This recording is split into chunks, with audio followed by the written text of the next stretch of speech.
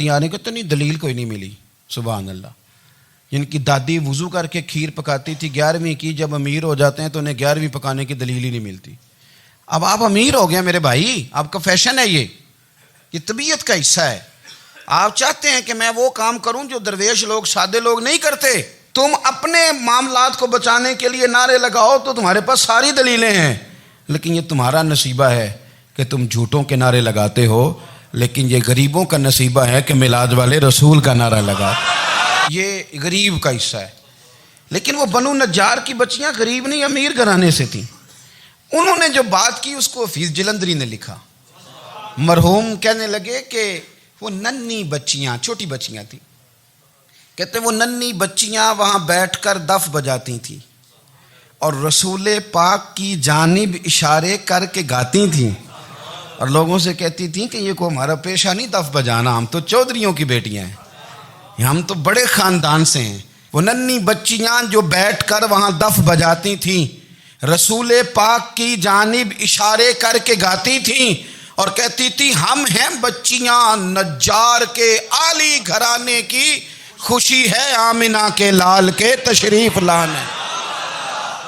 ہمیں بڑی خوشی ہے آمنہ کے لال کے، خوشی ہے آمنہ کے لال کے، خوشی ہے آمنہ کے لال کے، ہمیں خوشی ہے آمنہ کے لال کے تشریف، خوشی ہے بس آمنہ کے لال کے تشریف.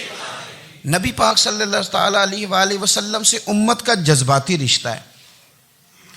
یہ پہلے دن سے ہی ابو جہل کب منع کرتا تھا کسی مسلمان کو کہ خانہ کعبہ میں نماز نہ پڑھو، کہتا پڑھو.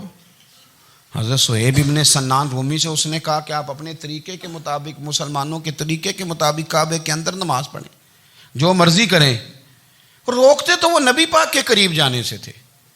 وہ منڈیوں میں بیٹھ جاتے تھے، حضور کے قریب نہ جانا، حضور کے قریب نہ جانا، حضور کے قریب نہ جانا. میری بات کو آپ سمجھے اور ہمیشہ یاد رکھیں، امت کا نبی پاک سے جذباتی رشتہ، جذباتی. یہ جو رسول اللہ کی امت ہے یہ گناہ گار ہو سکتی ہے پر اپنے نبی کی غدار نہیں ہوتی.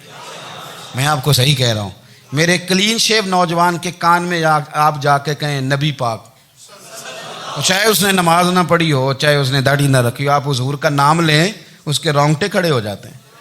اس کی طبیعت، اس کا دل دھک دھک کرتا ہے، اس کی ایک ایک روح سے محمد محمد کی آوازیں نکلتی. یہ فیض ہے رسول پاک کا اور یہ کرم ہے اللہ کا اس امت کے ساتھ. امیر ملت پیر جماعت علی شاہ صاحب محدث علی پوری فرماتے ہیں ایک جگہ ہندوؤں کا جلسہ تھا، ہندو پنڈت تقریر کر رہا تھا، اس نے نبی پاک صلی اللہ علیہ وسلم کی شان میں معاذ اللہ کو بے ادبی کر دی. مسلمان تھے ہی نہیں، ایک مسلمان تھا، وہ ملنگ نہیں ہوتے دوری ڈنڈے والے، اس کے پر رنگین ڈنڈا تھا، وہ کہیں دور بیٹھا تھا. تو اس نے سن لی اسپیکر چل رہا تھا تو وہ ڈنڈا لے کے تو سٹیج پہ چڑھ آیا. وہ کہتا ہے میں نے پنڈت کے سر میں مارا ایک ہی ہے پر مارا ذرا صحیح کر کے. وہ ڈھیر ہو گیا، لوگوں نے گرفتار کر لیا، جیل میں چلا گیا. پیر صاحب کہتے ہیں میں ملنے گیا، بندے کو بسم اللہ بھی سیدھی نہیں پڑھنی آتی، سورۃ اخلاص بھی ٹھیک نہیں آتی، اسے ربنا آتینا دعا نہیں کر سکتا، ملنگ ہے.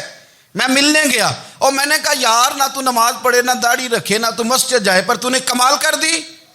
تو کہتے ہیں پیر صاحب چھم چھم رویا اور پنجابی میں کہنے لگا پیر صاحب میں گناہ گار ہاں پر اپنے نبی دا غدار تے نہیں نا. یہ گناہ گار اور غدار میں فرق ہوتا ہے. میں گناہ گار ہوں پر یہ تو نہیں نا کسی کی ضرورت کہ میرے سامنے میرے نبی کے بارے میں بات کر جائے اور ساڈی اچھی تے سچی سرکار نو گل کر جائے. یہ بات آپ سمجھیں.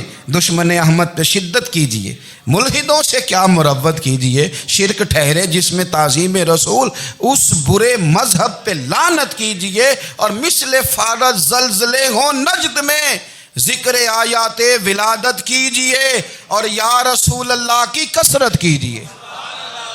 نبی پاک کا پیار امت کے لیے سرمایہ حیات ہے.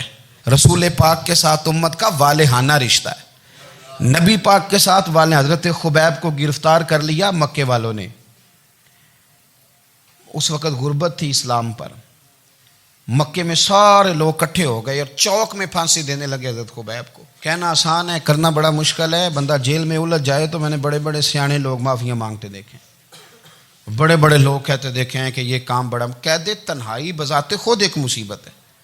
آپ کو اکیلا رہنا پڑ جائے نا، یہ لاک ڈاؤن ہوا ہے تو لوگ نفسیاتی مریض بن گئے. اکیلے رہنا، تنہا رہنا کوئی چھوٹا کام ہے. حضرت خبیب اکیلے اور مکے کا دور اور چاروں جانب کافر، اور چوک میں جب پھانسی پہ لٹکایا جانے لگا تو ابو سفیان بولے اور بول کے کہنے لگے یار بندہ کوئی کام کر کے بڑا پچھتاتا بھی ہے کہ یار نتیجہ کیا نکلا، تو معاذ اللہ آپ کا بھی نتیجہ تو پھانسی ہے، تو آپ کا کیا خیال ہے؟ یہ آپ یقین کریں کہ لوگ صحیح صحیح ساتھ چلتے ہیں، تھوڑی سی دشواری اٹھانی پڑ جائے تو کہتے ہیں میں گاڑی ٹھیک تھا، پر انہی پتھروں پہ چل کے اگر آ سکو تو آؤ، میرے گھر کے راستے میں کوئی کہکشاں نہیں ہے۔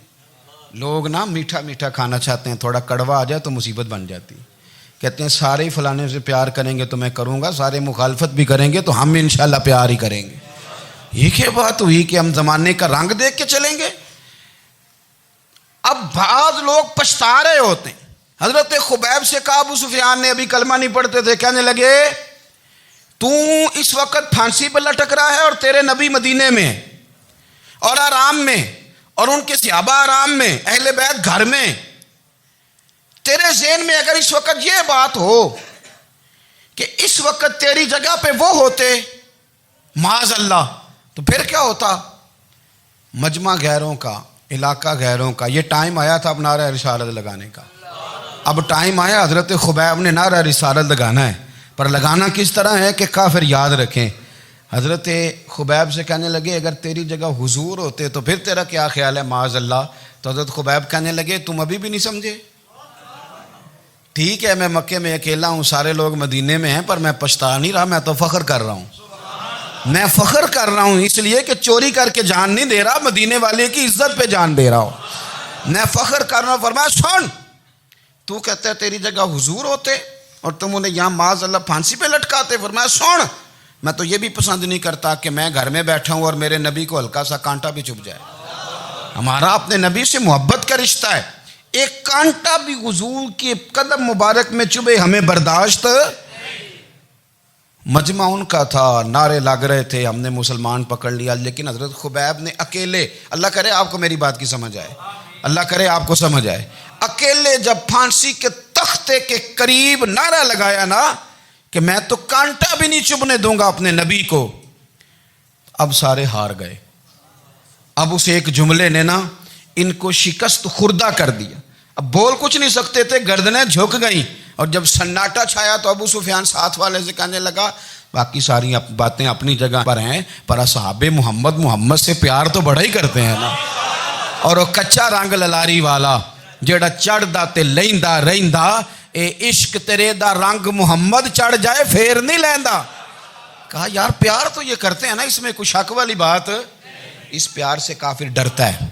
نبی پاک کے ساتھ جذباتی وابستگی، حضور کے ساتھ غلاموں کا جذباتی رشتہ، اور نبی پاک صلی اللہ تعالی علیہ وسلم کی آمد پر تشکر کے جذبات۔ امام رازی نے لکھا ہے کہ حضرت موسیٰ کلیم اللہ علیہ السلام نے تورات کی تختیوں کے اندر ایک امت کا ذکر پڑھا کہ جو امت گناہ کا ارادہ کرے گی تو گناہ لکھا نہیں جائے گا جب تک کر نہ لے، اور نیکی کا ارادہ کرے گی تو رب ان کی نیکی لکھ دے گا، اور جب وہ کر لے گی تو اللہ 10 گنا اجر عطا کرے گا، اور وہ ایسی امت ہوگی کہ جن کے چہرے قیامت کے دن نور کی طرح چمکیں گے، اور وہ امت ہوگی جن کی اللہ تعالیٰ زمین ساری پاک فرما دے گا، جہاں نماز پڑھیں گے نماز ہو جائے گی۔ یہ تذکرے پڑھ کے تو حضرت موسیٰ کلیم عرض کرنے لگے اللہ یہ امت میری بنا دے، تو رب کریم نے فرمایا کہ موسیٰ نہیں، یہ تو میرے محبوب کی امت ہے، فرمایا یہ تو میرے نبی پاک کی امت، حضور کی امت۔ اللہ اکبر۔